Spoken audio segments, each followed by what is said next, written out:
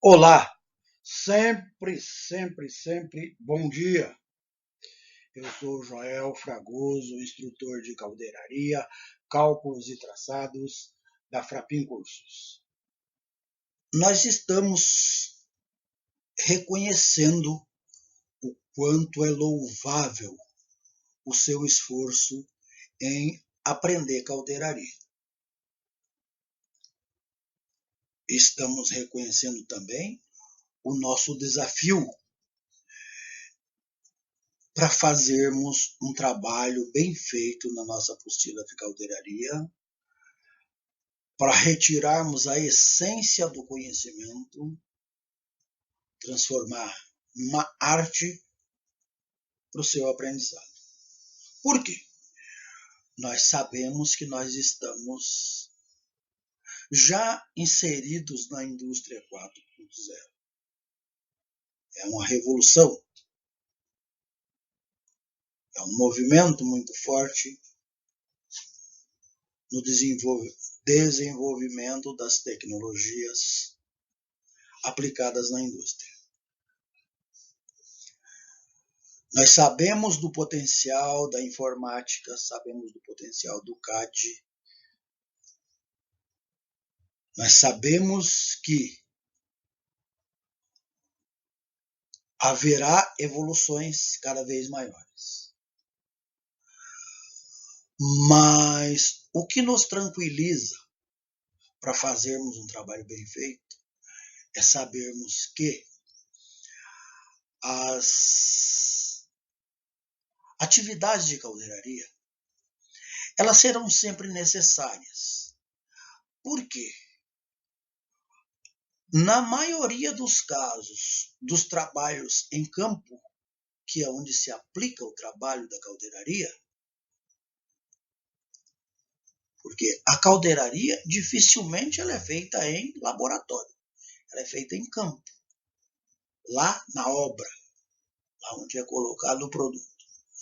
Dificulta muito para os efeitos da informática chegar até lá.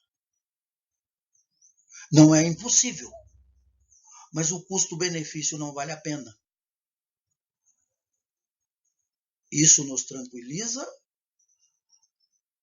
para termos a garantia de que o trabalho do caldeireiro vai sempre ser exigido, vai sempre ser aplicado. E eu diria que é um motivo de maior valorização para esse trabalho. Porque, levados pelas facilidades da informática, poucas pessoas se aplicam a esse trabalho. Isso passa a ser o diferencial. A grande vantagem de trabalhar em uma área desafiadora e que nem tantas pessoas assim querem fazer. Então, vem com a gente, pratica bem, reconhece nesse estudo, nesse trabalho, uma grande chance de evolução. Vamos lá, vamos em frente. Agora, nós vamos fazer um exercício bem simples, mas um exercício muito importante. Por que muito importante? Porque é um dos exercícios, uma das atividades que mais o traçador faz. Porque nós vamos dividir uma reta em 12 partes iguais, mas vamos considerar que essa reta ela tem um comprimento que tem que ser bem definido, um comprimento exato. Por quê? Ela é o perímetro de um círculo. É o diâmetro de uma peça cilíndrica, de um tubo, Considerada a ideia de diâmetro médio, que nós já vimos anteriormente, e nós vamos dividir o tubo, a peça cilíndrica, geralmente em 12 partes iguais, porque é a maneira mais fácil de fazer. Para dividir em 12 partes iguais, a gente primeiro traça uma linha que passa pelo centro, traça uma perpendicular a 90 graus a essa linha, divide em 4 partes. Depois, com a mesma abertura do compasso centrada em um dos quadrantes, a gente traça um ponto, inverte a posição, alterna as posições e divide um lado em 6 partes iguais. O outro lado é só replicar, é igual. Então, a gente tendo uma metade dividida em 6 partes, o todo fica dividido em 12. Fácil. Nós numeramos esses pontos. Neste caso, eu vou numerar de 1 a 7, partindo do princípio que nós vamos fazer 7 alturas diferentes. Se nós temos um diâmetro, nós multiplicamos ele por 3,14 ou 342, mais exato, e obtemos o comprimento exato do perímetro.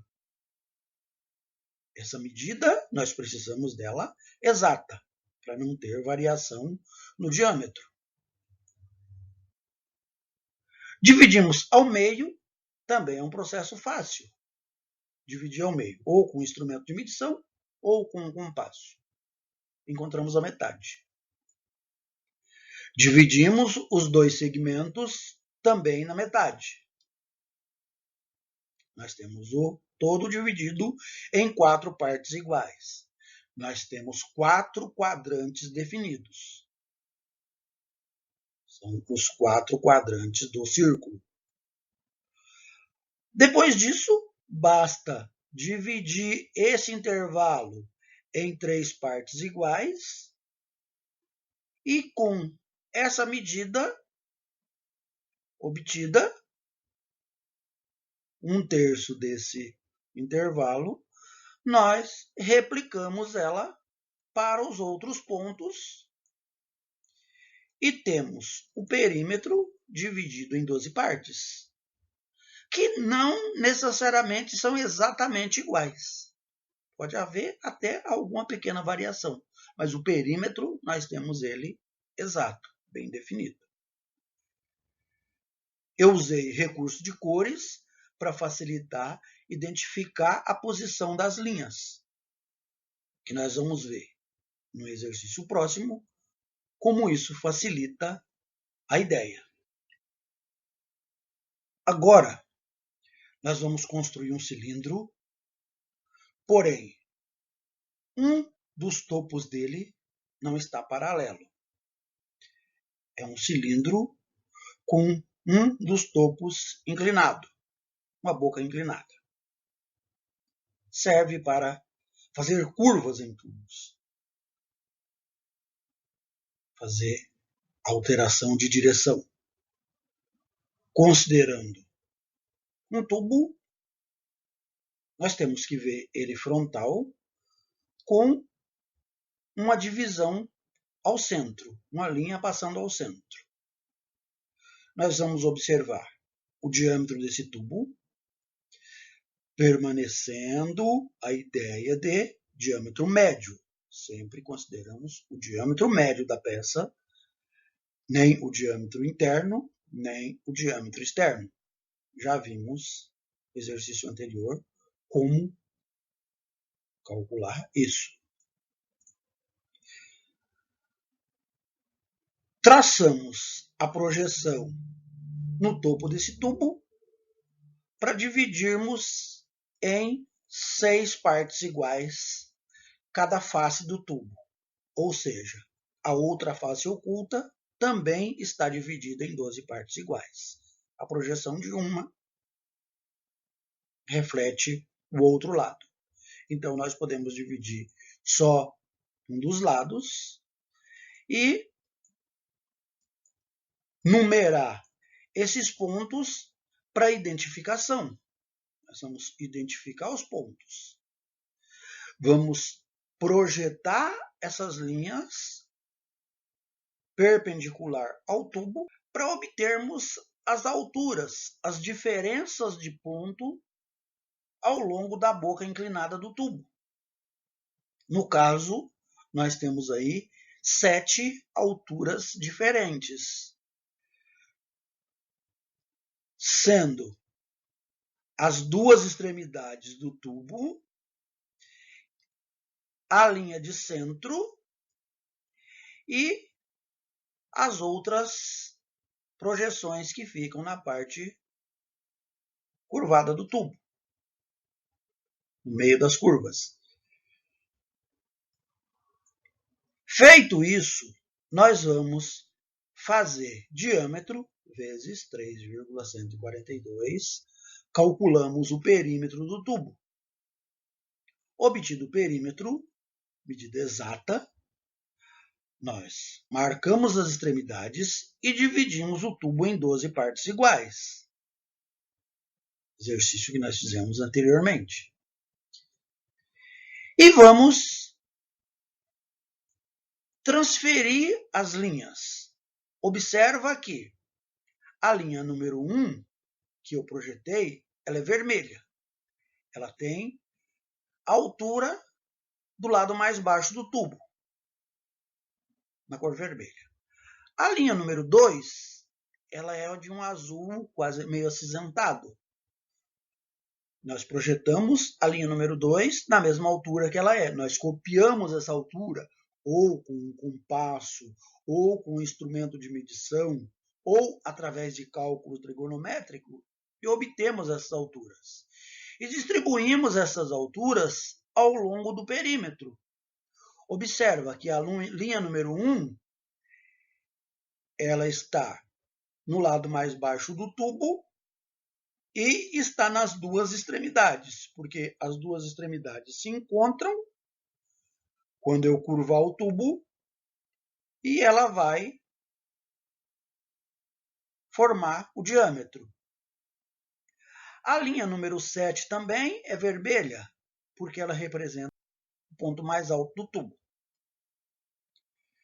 A linha número 2, que é acinzentada, ela está próxima às duas extremidades. E vamos numerando de 1 a 7, distribuindo as linhas, cada cor representado no seu ponto igual. E essas linhas são projetadas de acordo com as suas alturas. Simples, é copiar a linha e transferir a altura nos pontos representados.